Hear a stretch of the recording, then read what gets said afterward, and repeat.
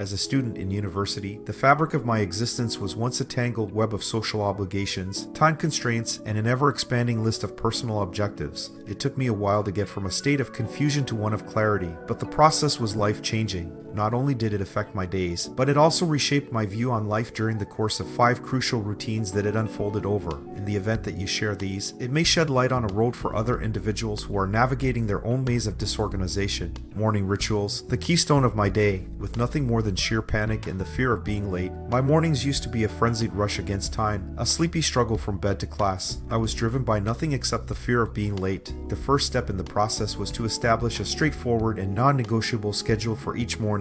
The most important thing was that I had to get up at 6:30 in the morning, regardless of the time of my first lesson. This wasn't about turning myself into a morning person overnight. It was about granting myself the gift of time. The first hour of my day is now a sacred mix of meditation, a short workout, and a healthy breakfast, accompanied by the soft strains of my favorite instrumental music. This ritual became my keystone, the central arch that holds the rest of my day's structure intact. Time blocking, sculpting my day with purpose. With my mornings secured, I turned to tackle the beast of wasted time, my savior, time blocking. This technique involves dividing my day into blocks dedicated to specific tasks or types of work. Classes, study sessions, meals, and even leisure time each found their designated slot. Initially, living by such a structured timetable felt rigid, almost suffocating. Yet, the clarity it brought was undeniable. Suddenly, I had time for everything that mattered. No longer was I a slave to procrastination or the whims of unplanned events. Time blocking taught me the power of saying no, of prioritizing, and of the peace that comes from knowing everything has its place. Digital decluttering, clearing the mental bandwidth. In this day and age, when we are constantly being inundated with information from screens of varying sizes, digital clutter has become my next frontier. My phone, which was previously a whirlwind of notifications and never-ending glances across social media, has evolved into a useful tool for increasing productivity. The technique consisted of 2 steps. First, I went on a brutal rampage of unfollowing and unsubscribing,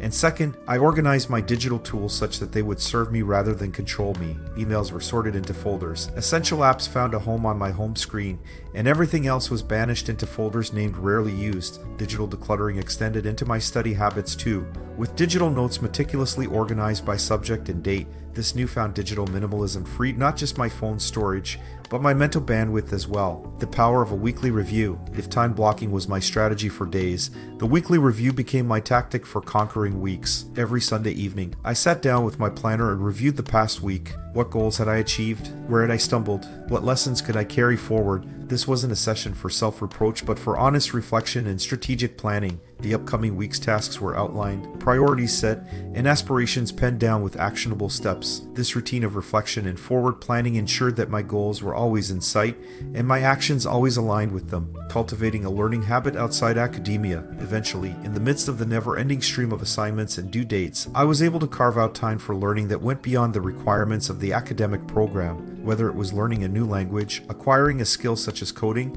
or delving into literature on psychology. This dedication to learning kept my curiosity alive and allowed me to broaden my knowledge base. Engaging in this activity for even a short period of time, such as 30 minutes every day, was revitalizing. The fact that learning is not limited to classrooms or textbooks was brought to my attention by this. There is a great amount of information and abilities that are just waiting to be discovered in the globe. Not only did this routine broaden my skill set, but it also broadened my outlook on life and allowed me to better understand my goals for my professional life. These 5 routines, the morning ritual, time blocking, digital decluttering, the weekly review, and cultivating a learning habit, wove a new pattern into the fabric of my life. They transformed me from a frazzled student into an organized, purpose-driven individual. In spite of everything, the voyage is not yet over. These routines are always adapting to ensure that organization and purpose continue to be consistent companions over the course of life, which is a terrain that is constantly changing. Consider these routines not as rigid rules, but rather as guiding lights that point the way to possibilities for those who are traveling aimlessly. They are not only about organizing your life, rather, they are about realizing your potential one day at a time if you take them seriously. If you enjoyed today's video and have not already subscribed, do it now so you know when the next video is uploaded. Thanks for watching.